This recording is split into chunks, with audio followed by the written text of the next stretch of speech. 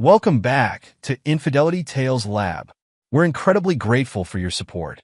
Before we begin today's tale, tell us, which city or country are you joining us from? We love connecting with our global audience. Now let's dive into today's story. Chapter 1. Fractured Foundations. The acrid smell of burnt toast pierced through Ethan Hayes' nostrils as he stood in his kitchen, his calloused hands gripping the marble counter. At 42, the construction foreman had built his life on precision and order, qualities that had served him well in both his professional and personal life. Until now. Delilah, he called out, his deep voice echoing through their suburban Denver home. No response. The silence that followed felt heavier than the steel beams he managed at work. The kitchen, usually immaculate with its gleaming appliances and organized drawers, now bore witness to his wife's increasing carelessness. A half-empty wine glass by the sink, art supplies scattered across the breakfast bar, and that damn burnt toast smoking in the toaster. Ethan's mind drifted to 15 years ago, when he first met Delilah in that small Wyoming town. He'd been working on a local renovation project, and she was the California art student who'd blown into town like a fresh breeze. All wild ideas and untamed creativity. Her laugh had filled every room she entered, and her fiery spirit had awakened something in him he didn't know existed. "Mom's not here," Ava announced, entering the kitchen. At 14, their eldest daughter was already showing signs of his practical nature, her school uniform pressed and neat, her backpack organized. She said she had an early meeting at her studio. Ethan's jaw clenched. Another early meeting? The third this week. "Dad, can you sign my permission slip?" Liam, their 12-year-old soccer star, bounded into the kitchen, full of energy despite the early hour. "Coach says I might make team captain this season." "That's great, buddy." Ethan forced a smile, signing the paper while trying to ignore the gnawing feeling in his gut. The private school fees for 3 kids weren't cheap, and Delilah's art sales had become increasingly sporadic. 8-year-old Chloe appeared last, her clothes splattered with paint like her mother's usually were. "Daddy, Mommy promised to help with my art project, but she wasn't here this morning." "I'll help you tonight, princess," Ethan promised, though the words tasted bitter in his mouth. Delilah's absences were becoming more noticeable to everyone. After getting the kids off to school, Ethan decided to skip work. Something felt off, and his instincts, honed by years of identifying structural weaknesses in buildings, were screaming at him.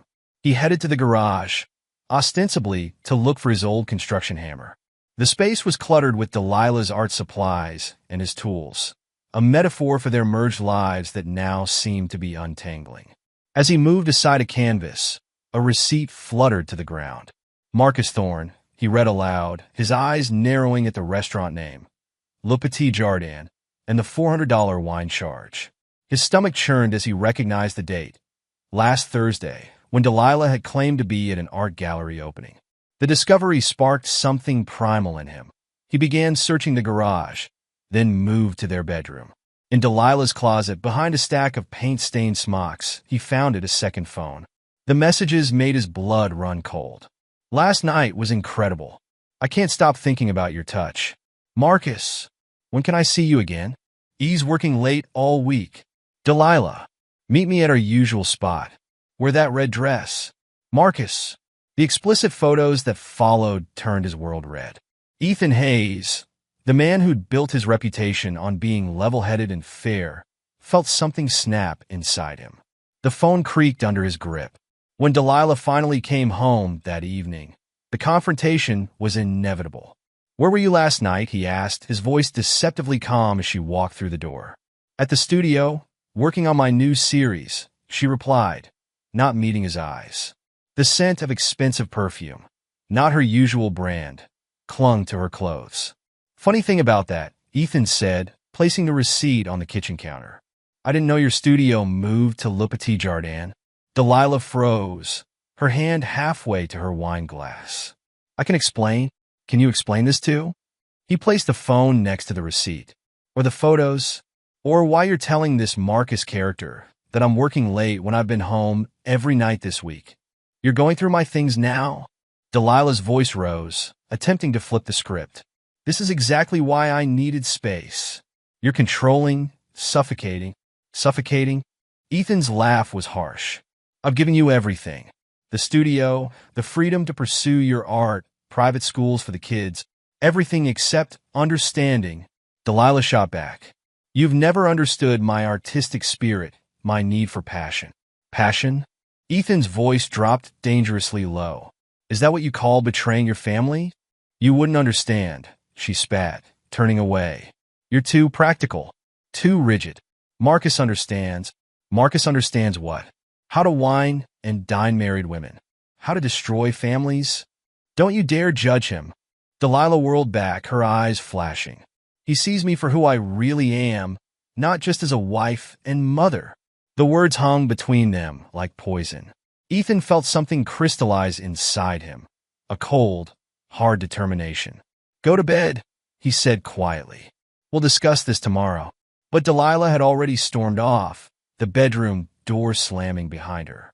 Ethan remained in the kitchen, his mind working with the same precision he applied to his construction projects. He'd been betrayed, humiliated, but he wasn't broken. Not yet. He pulled out his phone and dialed a number he hadn't used in months. Dale? It's Ethan. Remember that favor you owe me? I need your help. Chapter 2. Unearthing the Truth. Dale Wilson's office reflected its owner's eccentric nature. Conspiracy theory posters competed for wall space with professional investigator certificates, and high-tech surveillance equipment sat next to vintage detective novels. The private investigator himself, a lanky man with piercing eyes and a perpetual 5 o'clock shadow, studied the evidence Ethan had brought with growing concern. This is bad, Dale muttered, scrolling through the messages on the hidden phone. Real bad. I need to know everything, Ethan said, his voice steady despite the turmoil inside. Every detail, every meeting, every lie. Dale leaned back in his chair, running a hand through his disheveled hair. You sure about this? Sometimes ignorance is. Don't. Ethan cut him off. I need the truth. All of it. All right, Dale sighed, reaching for his laptop. Let's start with this Marcus Thorne character. Over the next hour, they pieced together a profile that made Ethan's blood boil. Marcus Thorne, successful architect, known playboy, with a history of affairs with married women. His social media showed him at high-end events, always with a different woman on his arm. He's got a pattern, Dale explained, pulling up various photos. Targets wealthy, married women, usually artistic types. Wines and dines them. Makes them feel special, then moves on once he's bored. How long? Ethan's question was barely audible. Based on the phone records I pulled, Dale hesitated. At least a year. The revelation hit Ethan like a physical blow. A year. While he'd been working overtime to maintain their lifestyle. While he'd been attending school plays and soccer games alone because Delilah was too busy. There's more, Dale said quietly. I did some digging in her studio activities. The place she claims to work late? She hasn't rented it in months. Ethan's hands clenched into fists. Where has she been going? Various hotels. Dale pulled up a series of credit card statements. Always paid for by Marcus Thorne. The betrayal felt like acid in his veins. But something else caught his attention, a pattern in the dates. These hotel stays, he pointed to specific charges. Some of them are from years ago, before Marcus. Dale nodded grimly. I noticed that too. Want me to dig deeper? Everything, Ethan commanded. I want to know lie, betrayal. While Dale worked his investigative magic, Ethan decided to do some digging of his own. He drove to Delilah's studio, using the spare key she'd given him years ago. The space was dusty and used, but in a corner, hidden behind blank canvases, he found them. 3 leather-bound diaries. The entries made him physically ill. Marcus makes me feel alive again. Not like Ethan, always so concerned with practicality and responsibility. Marcus understands passion, understands art. Met with James today. Seeing him brought back memories of that weekend in Vegas, when Ethan was at his friend's wedding. Sometimes I wonder if Liam, another night with Marcus. He wants me to leave Ethan, start fresh. Maybe he's right. This suburban life is suffocating me. The implications hit him like sledgehammer blows. The dates, the names, the possibilities. He needed to know for sure. Back at Dale's office, his friend had more revelations. I found something interesting about your kid's medical records, Dale said carefully. Tell me, there are discrepancies in the blood types. Based on you and Delilah's medical records, the combinations don't quite match. Ethan felt the room spin. DNA testing. I want it done. Immediately. Are you sure? This could change everything. Everything's already changed. Ethan's voice was ice.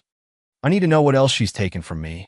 The next few days passed in a blur of surveillance reports and DNA tests. Ethan maintained a facade of normalcy at home, watching Delilah with new eyes. Every kiss goodbye, casual touch, all lies.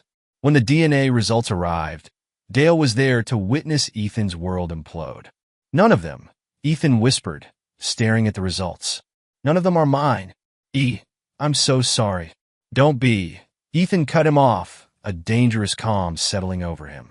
This changes everything. That evening, when Delilah returned home, Ethan was waiting. The confrontation that followed would reshape both their lives forever. We need to talk, he said as she walked in, still wearing the red dress she'd worn for Marcus. Can it wait? I'm tired. Sit down. His tone made her freeze. On the table between them, he laid out everything: the credit card receipts, the hotel records, the text messages, and finally, the diaries. How dare you go through my private things? Delilah exploded, reaching for the diaries. Ethan caught her wrist. How dare I? How dare you? 15 years, Delilah. 15 years of lies.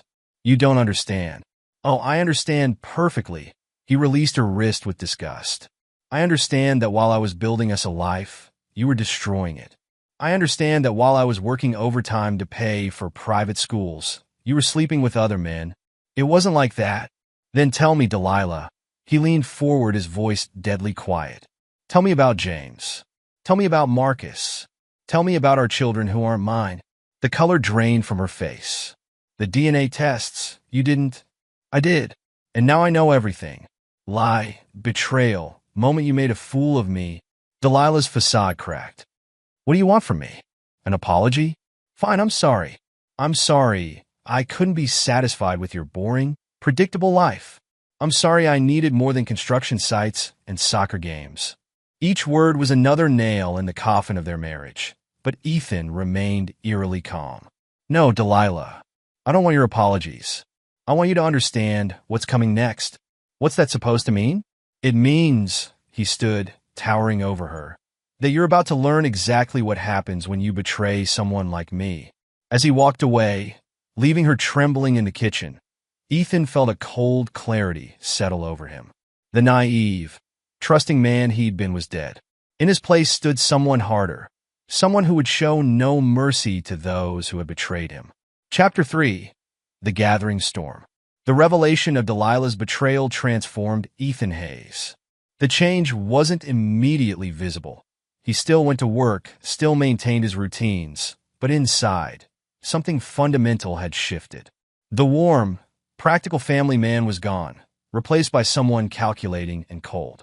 You've changed, Dale observed one evening, watching Ethan methodically sort through financial records in his office. The old Ethan would have confronted Delilah immediately about the kids. The old Ethan was a fool, he replied without looking up. Tell me what you found on Marcus Thorne's development project. Dale pulled out a thick file. It's interesting. He's leveraged everything on this luxury apartment complex. Multiple loans, high interest rates. If it fails, he fails. Ethan finished, a predatory smile playing at his lips. And the city inspection is next week. Yeah, but Dale hesitated. What are you planning? Ethan finally looked up, his eyes hard. Justice, Dale. Or something close to it. The next day, Ethan visited his old friend Tom Chun, now a prominent real estate lawyer.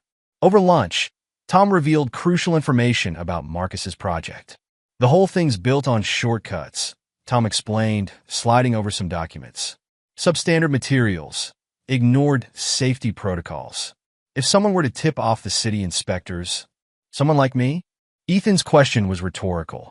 I didn't say that, Tom replied carefully. But hypothetically, the right information in the right hands could bring the whole thing down.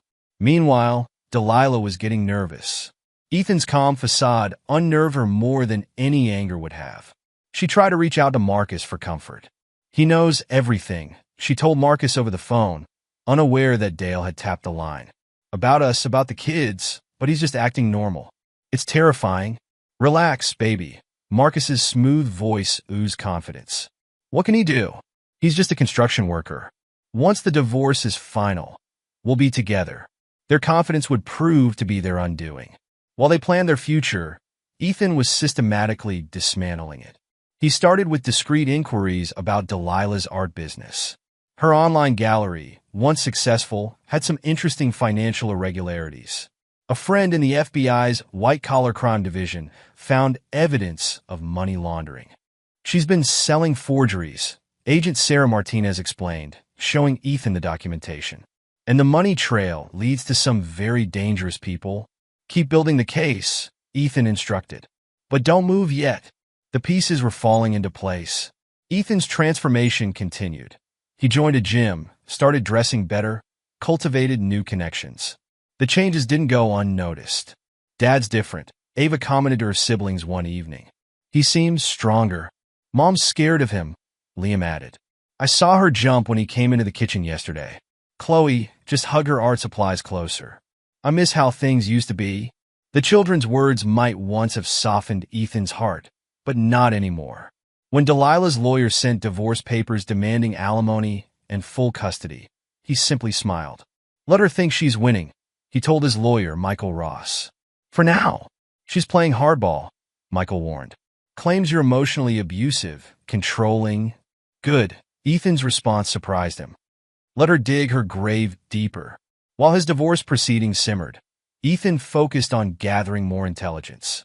Dale's investigation had uncovered a treasure trove of damaging information about both Delilah and Marcus.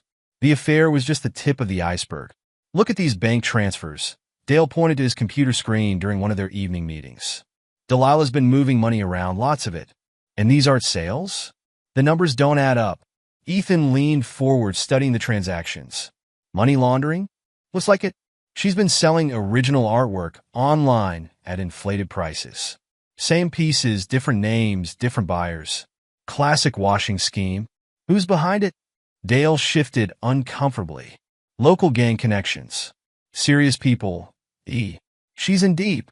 This information added another layer to Ethan's strategy. He wasn't just dealing with infidelity anymore. This was criminal territory. At home, the tension was becoming unbearable. Delilah attempted to maintain a facade of normalcy around the children, but her nervousness showed in small ways. Dropped plates, forgotten appointments, startled jumps when Ethan entered a room. One evening, she attempted to reconcile. Ethan, she approached him in his home office. Can we talk? About the children? He looked up from his paperwork, his face unreadable. What about them? They're still our children, regardless of biology.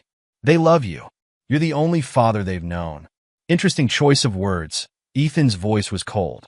Tell me, did you think about that when you were writing in your diary about their real fathers? When you were planning your life with Marcus? Please, she whispered. We can work something out. For their sake. Like what, Delilah? Joint custody of children you lied about for years? Alimony from the man you betrayed? What exactly do you think you deserve? Her composure cracked. Why are you being so cruel? This isn't like you. You're right. He stood slowly. The man you knew, the one you took advantage of? He's gone. You killed him with lie, betrayal, nights spent in another man's bed. I'll fight you, she threatened, backing away. I'll take everything. Try. His smile didn't reach his eyes. Please try. As Delilah fled the room, Ethan returned to his work. The DNA test results lay on his desk alongside financial records, surveillance photos, and Dale's reports. Each piece of evidence was a weapon in his arsenal, waiting to be deployed at the perfect moment. The next morning, he made a crucial phone call to his friend at the city inspector's office. Jack, it's Ethan Hayes. Remember that favor you owe me from the Wilson Project? I need to talk to you about Marcus Thorne's development. The wheels were in motion. Ethan Hayes, once a devoted family man, had transformed into something else entirely. A man focused solely on calculated revenge. The storm he was gathering would soon break, and when it did, no one who had betrayed him would be spared. As Act 1 drew to a close, Ethan sat in his office, reviewing his plans. The DNA test results were securely filed, the evidence of Delilah's crimes carefully documented, and Marcus's vulnerability identified. The foundation was laid for what would come next. Dale watched his friend's transformation with a mixture of awe and concern. The warm, forgiving man he'd known for decades had become someone else, someone harder, colder, more dangerous. But he knew better than to try to talk Ethan out of his path. Some betrayals cut too deep for forgiveness. The stage was set. Ethan Hayes had emerged from the ashes of his destroyed marriage as someone new. Someone who would show his betrayers exactly what happens when you underestimate a seemingly simple construction foreman. The war was about to begin, and Ethan was armed with far more than just the truth. Chapter 4: The Architect's Fall. Marcus Thorne stood at the window of his penthouse office, admiring the Denver skyline he'd helped shape. His latest project, the Aurora Heights luxury apartment complex, would be his crowning achievement, assuming it passed next week's inspection. He straightened his Italian silk tie, a gift from Delilah, and smiled at the thought of her. His phone buzzed. Speaking of Delilah, Marcus, her voice was strained. "We need to talk." "Ethan knows." "Knows what exactly?" Marcus kept his voice level, though his grip tightened on the phone. "Everything. The affair, the hotels, the messages. He has proof." Marcus fought down a flicker of concern. "Relax, darling. He's just a construction worker. What's the worst he could do?" The answer to that question arrived at 8 a.m. the following Monday, in the form of Jack Morrison, chief building inspector for the city of Denver, accompanied by a team of inspectors and, unexpectedly, several news crews. "Good morning, Mr. Thorne." Jack's professional smile didn't reach his eyes. "We're here for a complete structural and safety inspection of the Aurora Heights development." Marcus maintained his composure. "Of course, though I wasn't aware the media would be present." "Public interest project," Jack replied. "Shall we begin with the foundation?" The inspection was brutal.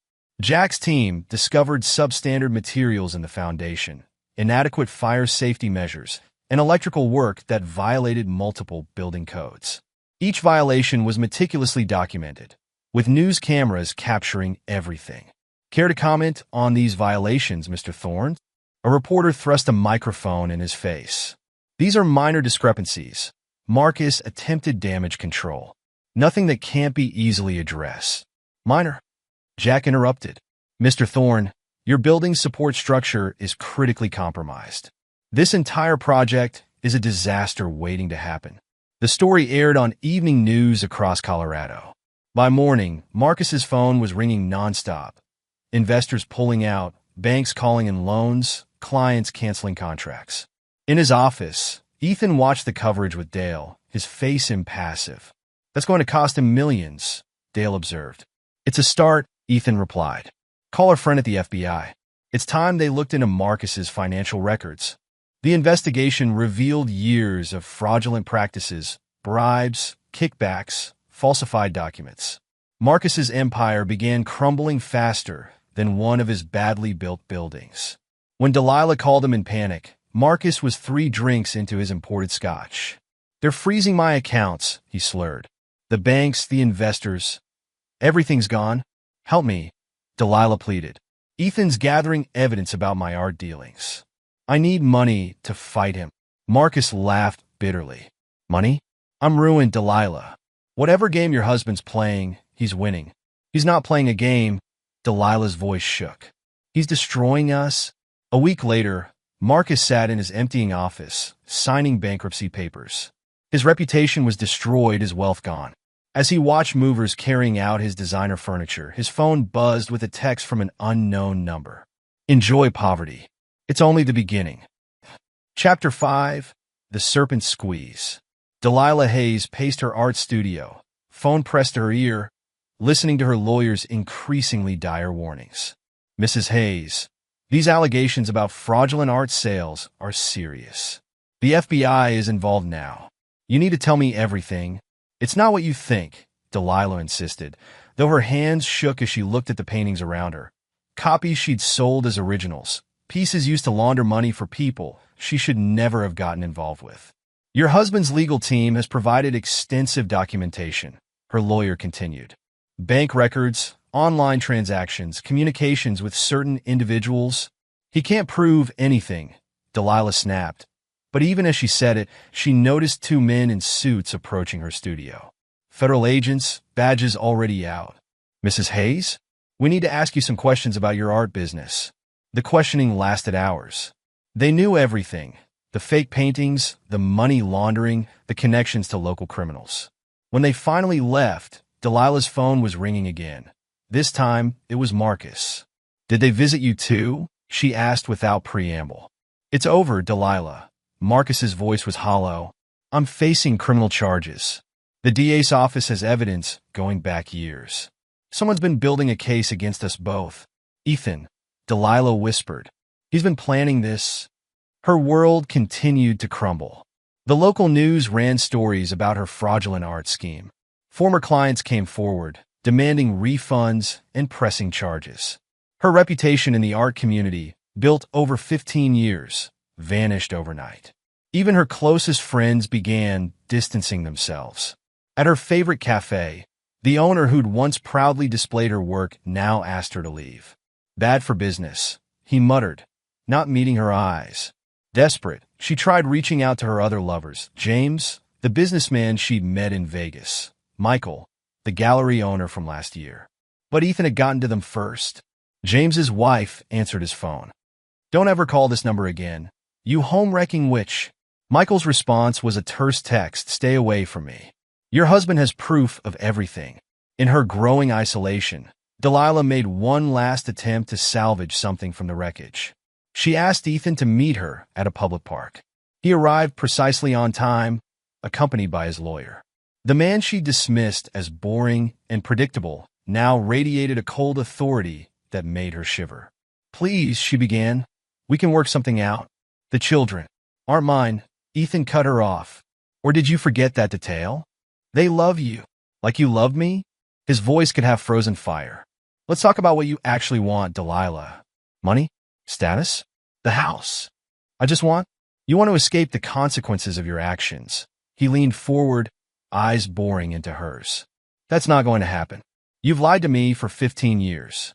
You've betrayed not just me, but those children. Now you'll experience exactly what that feels like. Are you threatening me?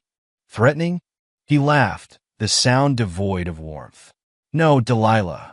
I'm promising you. By the time I'm done, you'll understand exactly what it feels like to lose everything. As if on cue, her phone buzzed. Another client demanding a refund, threatening legal action. Delilah felt the walls closing in. The man before her wasn't the predictable, reliable husband she'd taken for granted. This was someone else entirely, someone capable of destroying everything she'd built. Chapter 6. Legal Warfare and the Final Blow. The Denver County Courthouse buzzed with anticipation. The Hayes divorce case had become local legend, with rumors of art fraud, paternity scandals, and criminal connections drawing spectators and reporters alike. Delilah's lawyer attempted to paint Ethan as controlling and vindictive. My client merely sought artistic freedom from an oppressive marriage. Artistic freedom? Ethan's lawyer interrupted, placing documents before the judge. Is that what we're calling criminal fraud now? Your Honor, I present evidence of Mrs. Hayes's systematic art forgery scheme. The evidence was devastating. Bank records, witness statements, documented connections to criminal organizations. Each revelation struck another blow to Delilah's credibility. Furthermore, Ethan's lawyer continued, DNA evidence conclusively proves that Mr. Hayes is not the biological father of any of the children. Mrs. Hayes committed paternity fraud while engaging in multiple extramarital affairs. The courtroom erupted in whispers. Delilah sank lower in her seat as her own lawyer struggled to mount any defense. Your Honor, her lawyer attempted. Regardless of paternity, Mr. Hayes has been these children's father figure. A role he was tricked into, Ethan's lawyer countered. Through deliberate, calculated deception, the judge's ruling was decisive. No alimony, no custody rights, no claims to Ethan's assets or future earnings. Outside the courthouse, reporters swarmed them both. Mrs. Hayes, how do you respond to allegations of art fraud? Mr. Hayes, did you know about your wife's criminal connections? Mrs. Hayes, what about the paternity revelations? Delilah fled to her car, but the nightmare wasn't over. Her phone was flooded with messages from angry clients, former friends, and art galleries canceling exhibitions. That evening, local news stations ran the full story, complete with details of her affairs, fraudulent art sales, and criminal connections. Social media exploded with condemnation. The woman who had once been a respected artist and socialite became a pariah overnight. Desperate, she tried one last move. Through her lawyer, she offered Ethan everything: the house, her remaining assets, full control of all decisions regarding the children. His response came via text. "You still don't understand. I don't want anything from you. I want you to have nothing." The final blow came when Ethan's legal team released a comprehensive public statement detailing each of her affairs, complete with dates, locations, and evidence. The statement included proof of her art fraud scheme, money laundering operations, and the paternity deception. The story went viral. National news picked it up. Delilah Hayes became the face of infidelity and fraud. Her own family cut ties. Art galleries across the country blacklisted her. Former clients filed lawsuits. In his office, Ethan watched the coverage with Dale. "Think you went too far?" Dale asked, not judging, merely curious. Ethan's response was cold. "She spent 15 years destroying everything I believed in. Everything I built. Now she knows exactly how that feels." And Marcus?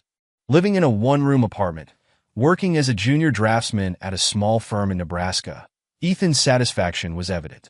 Amazing how quickly people fall when their foundations are destroyed. The revenge Ethan had orchestrated was complete.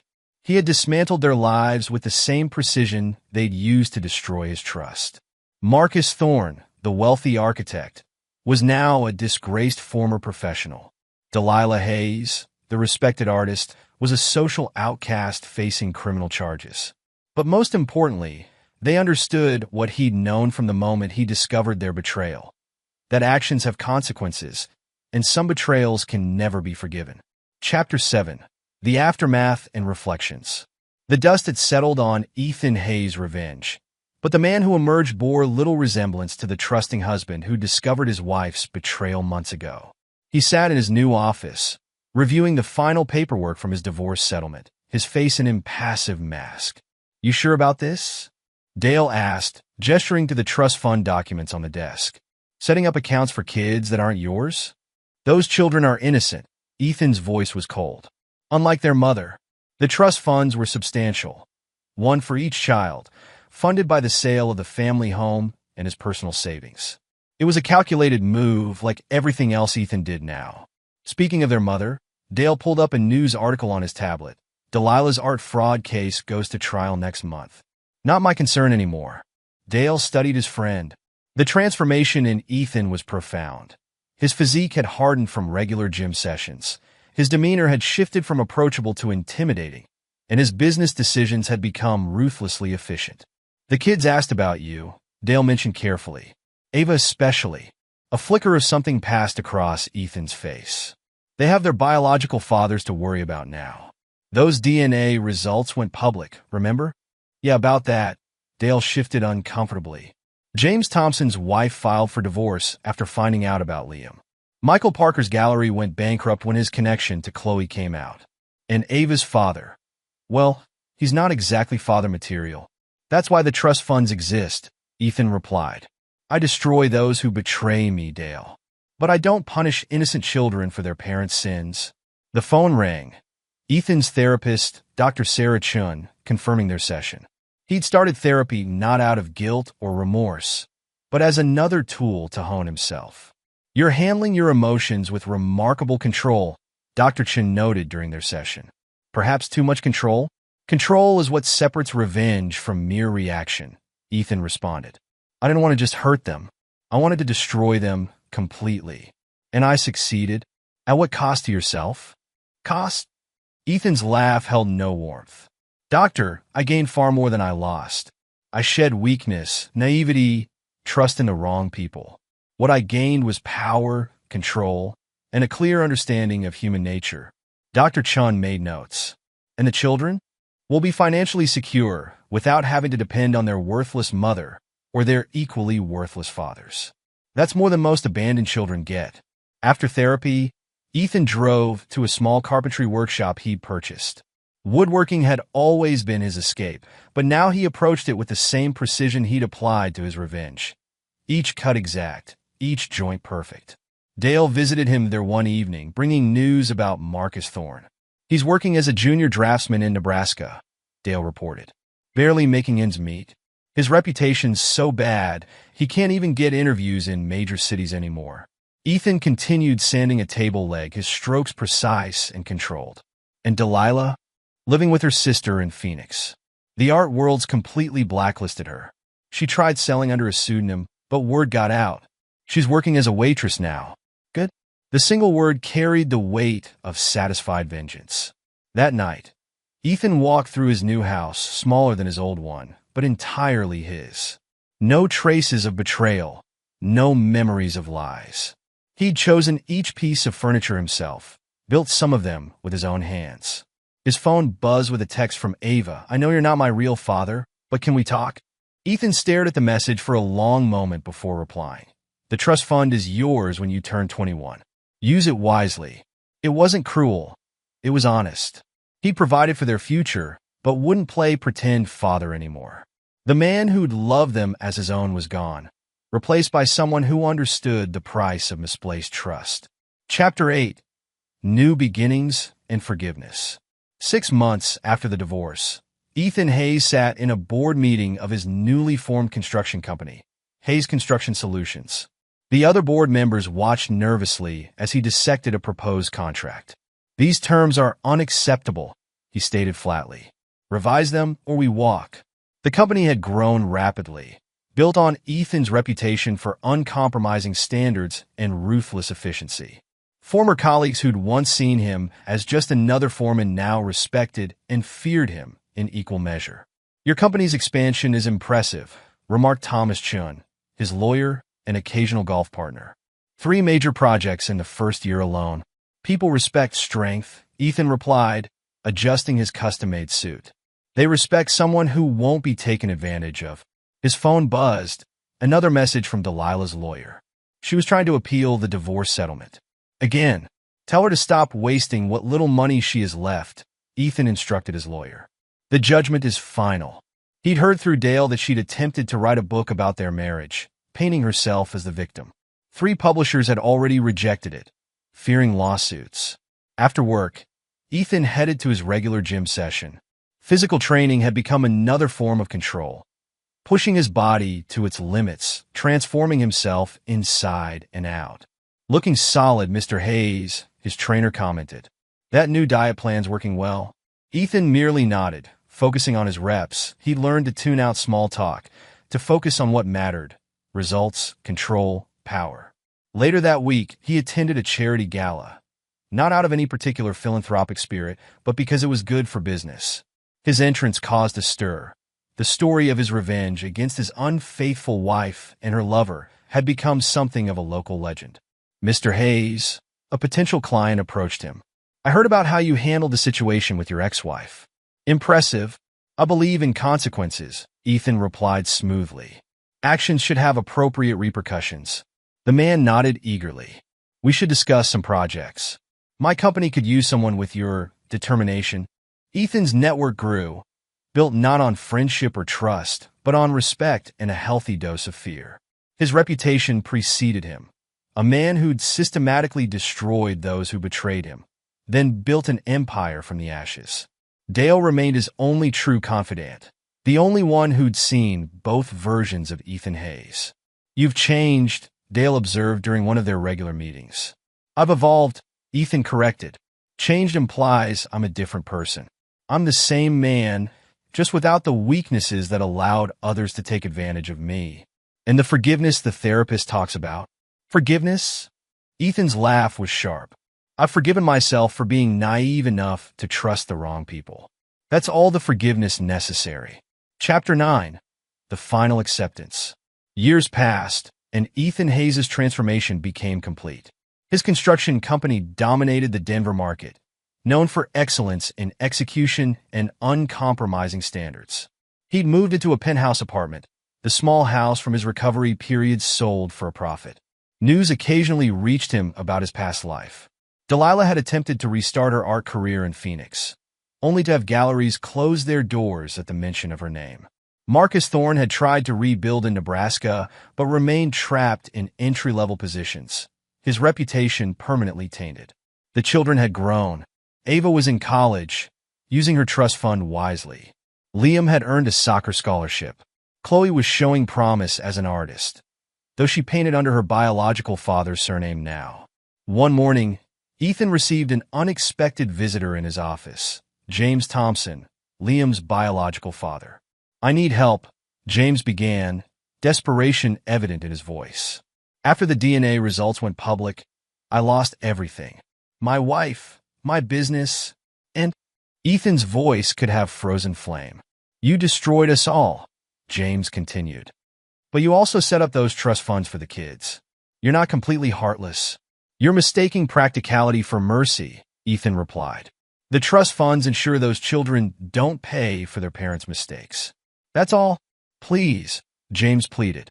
"Just a small investment in my new business venture." "No." Ethan's response was final. "You made your choices 15 years ago when you slept with my wife. Live with the consequences." After James left, Ethan stood at his office window, looking out over the city he'd helped rebuild. His phone buzzed with a message from Dale. Delilah had tried to contact him again.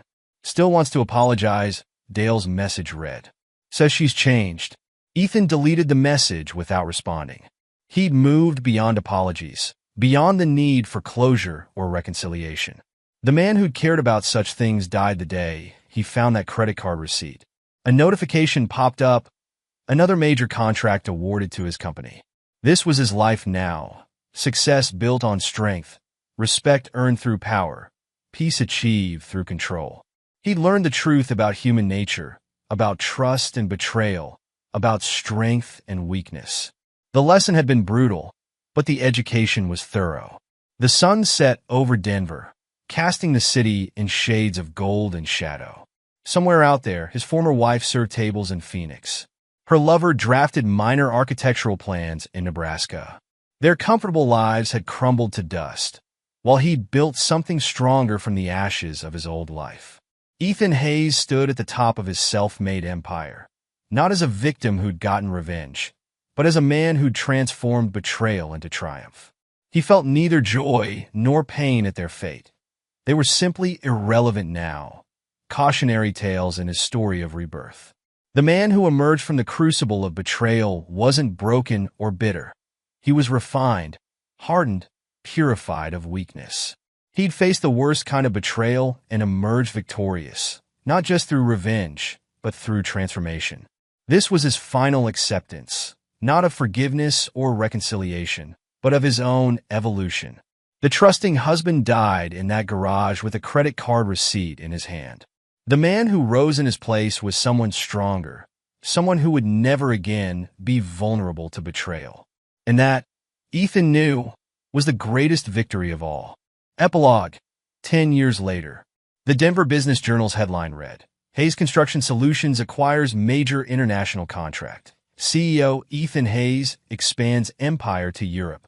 At 52, Ethan Hayes had transformed from a betrayed husband into one of Colorado's most powerful business figures. His company, once a small startup born from the ashes of his destroyed marriage, now dominated the construction industry across 3 states. Ethan sat in his penthouse office on the 30th floor of the Hayes Tower, his own building in downtown Denver. The decor spoke of power, handcrafted furniture he'd made himself during his darkest days, modern art pieces worth millions, and windows offering a commanding view of the city he'd helped reshape. Another acquisition offer from Morrison Global, his assistant reported, placing a folder on his desk. "Decline it," Ethan replied without looking up. "I don't sell to companies with questionable foundations." His voice, deeper with age, carried the same steel that had served him well during his revenge against Delilah and Marcus. The years had added silver to his temples, but his physique remained imposing, the result of 2 decades of disciplined workout routines. Dale Wilson, now Hayes Construction's head of security, entered the office. Though older, he retained his investigative instincts and unwavering loyalty to Ethan. "Got those reports you wanted," Dale said, settling into a chair. "Quite the update on our old friends." Ethan raised an eyebrow, a gesture that now made junior executives tremble. "Go on." Marcus Thorne finally quit architecture altogether. He's managing a small hardware store in Omaha. Still can't shake the reputation from the Aurora Heights disaster. Tried to apply for a planning permission job last month. Got rejected when they Googled his name. A decade later, the Aurora Heights scandal remained a cautionary tale in architectural circles. The site where Marcus's dream project had stood was now home to the Hayes Business Park, a gleaming complex of offices and retail spaces that generated millions in annual revenue for Ethan's company. And Delilah? Still in Phoenix. The art world never forgave her. She's managing a diner now. Ironically, it's the only place that would hire her after all the publicity. She tried to start a small art therapy business last year, but it failed when clients discovered her history. Ethan nodded, his face impassive. Their downfall wasn't personal anymore, just data points in his life's trajectory. "The kids?" he asked, though he kept detailed files on all three. "Doing well, actually. Your trust funds made sure of that." Dale pulled out his tablet. "Ava graduated from Yale Law School, top of her class. She's clerking for a federal judge in Washington. Liam played soccer professionally in Europe for a few years, then started a successful sports training academy. And Chloe, she's made quite a name for herself in the art world, though she uses her biological father's name." "Good." The word carried no emotional weight. Ethan had maintained his distance, responding to their occasional messages with professional courtesy, but nothing more.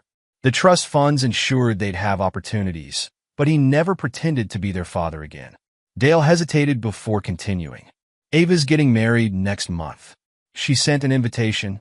Ethan opened his desk drawer, removing a sealed envelope containing a cashier's check. "Send this as a wedding gift." The usual note. The usual note was a template he'd developed years ago. Professionally worded congratulations, a reminder about wise financial management, and his signature. No pretense of familial bonds, no false warmth. "There's more," Dale added. "Remember James Thompson? Liam's biological father? The one who tried to get investment money 5 years ago? He died last week. Liver failure. The funeral's tomorrow in Colorado Springs." Ethan's expression didn't change. Another loose end tied up by time itself. The intercom buzzed. His current project manager needed approval for changes to a major development. Ethan returned to work, the past filed away like old blueprints. Later that evening, he attended a charity gala at the Denver Art Museum. The irony wasn't lost on him. The same social circle that had once embraced Delilah now courted his favor. He moved through the crowd with practiced ease, his presence commanding respect and fear in equal measure. "Mr. Hayes," a young artist approached him nervously. "I heard you're funding the new gallery wing. Would you consider? Submit your proposal through proper channels." He cut her off smoothly. A decade ago, he might have been kinder, might have listened to her pitch. But that man was gone. His phone buzzed, a message from Michael Ross, his longtime lawyer. "Delilah's trying to publish that book again. New publisher, same old lies. Want me to shut it down?" Ethan typed back, "Handle it." The response was immediate. "Already done." Sent them the usual documentation. They dropped her this morning. The systematic destruction of his ex-wife's life had evolved into routine maintenance, like servicing a machine. Each attempted resurrection of her career met the same fate: swift, decisive elimination.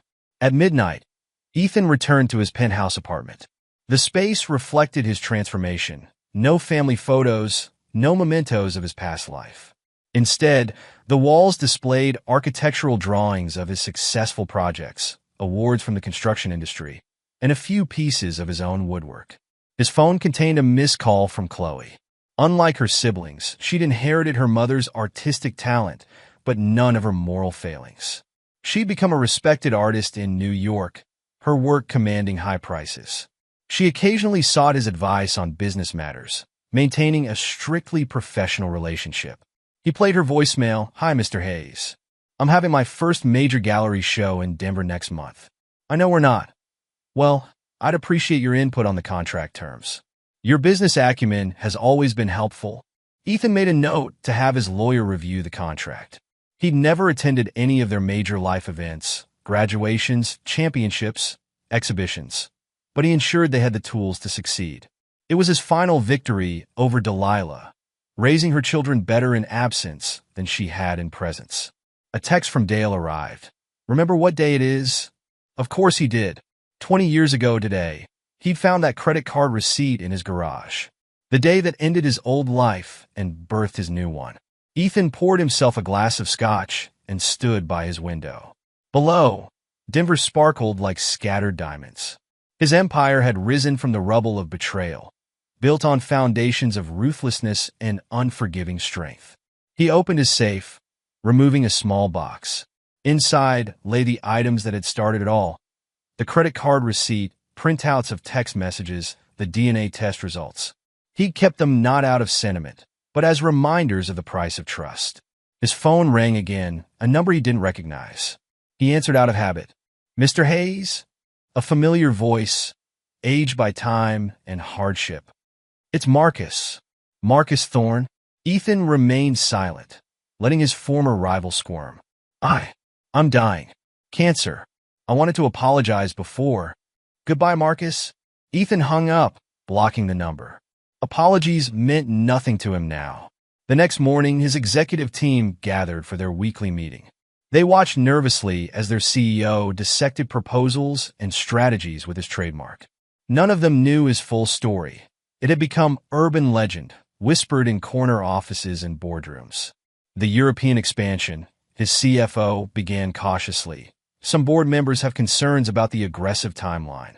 Then replace them, Ethan replied coldly. I don't tolerate weakness in my company or my life. The lesson he'd learned 20 years ago had served him well in business. Trust was a liability. Mercy was weakness. Success belonged to those strong enough to seize it.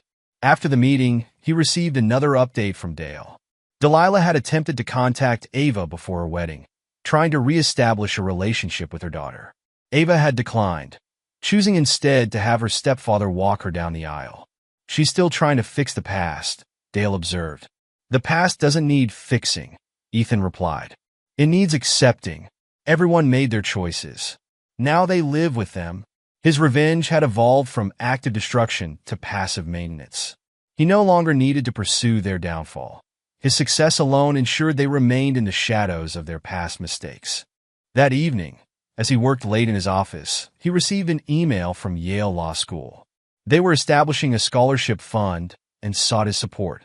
The irony made him smile. Ava had graduated from there, her education funded by the trust he'd established. He approved the donation, but with a condition: recipients must demonstrate not just academic excellence, but strong ethical principles. It was his way of ensuring his legacy extended beyond revenge, beyond the destruction of those who betrayed him.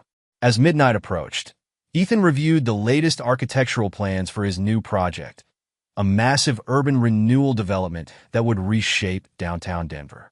The project would erase one of the last remaining buildings Marcus had designed before his fall. Poetic justice, Dale commented, noting the location. Justice has nothing to do with it, Ethan corrected. It's simply business.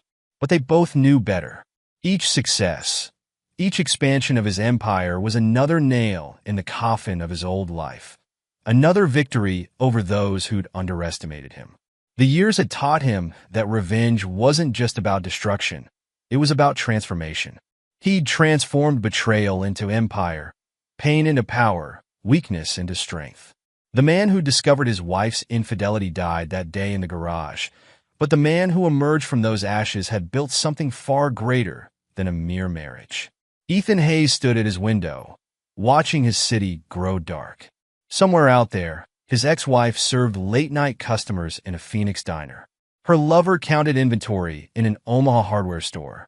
Their comfortable lives had crumbled to dust while he'd built monuments of steel and glass. But he felt no triumph, no satisfaction. Those emotions belonged to the past, to the man he'd been. Now, there was only the cold certainty of success, the unshakable knowledge that he'd not just survived betrayal, he'd conquered it. The night deepened, and Denver's lights twinkled below like stars fallen to earth. In his hand, he held the latest architectural plans, a new tower that would rise 50 stories above the city. Its shadow would fall across the site where he'd first discovered Delilah's betrayal, a fitting monument to his transformation. Time had proven his revenge more complete than he'd imagined. He hadn't just destroyed their lives, he'd rendered them irrelevant. Their names were footnotes in his story, cautionary tales whispered in corporate boardrooms. His success had become their ultimate punishment, his strength their lasting shame. The betrayed husband was long dead. In his place stood a titan of industry, a man whose name inspired respect and fear throughout the business world. He'd built his empire on the foundations of their betrayal, each success another brick in the wall between past and present. And as Denver slept below, Ethan Hayes allowed himself a moment of reflection. 20 years of unforgiving strength had taught him the true meaning of power. Not the ability to destroy, but the strength to build something so magnificent that destruction became unnecessary. His revenge was complete, not because they suffered, but because their suffering had become irrelevant to his success. He had transcended revenge itself, becoming something they could never touch, never understand, never defeat. The night deepened, and Ethan returned to his work. Tomorrow would bring new challenges, new opportunities, new chances to demonstrate his strength. The past was sealed away, its lessons learned, its wounds transformed into armor. He was Ethan Hayes, and his story had become legend. Not a tale of betrayal and revenge, but a testament to the power of unforgiving strength and unwavering determination. The man who emerged from betrayal's ashes had built an empire, and in doing so, had achieved the ultimate victory. He'd made his betrayer's existence meaningless in the grand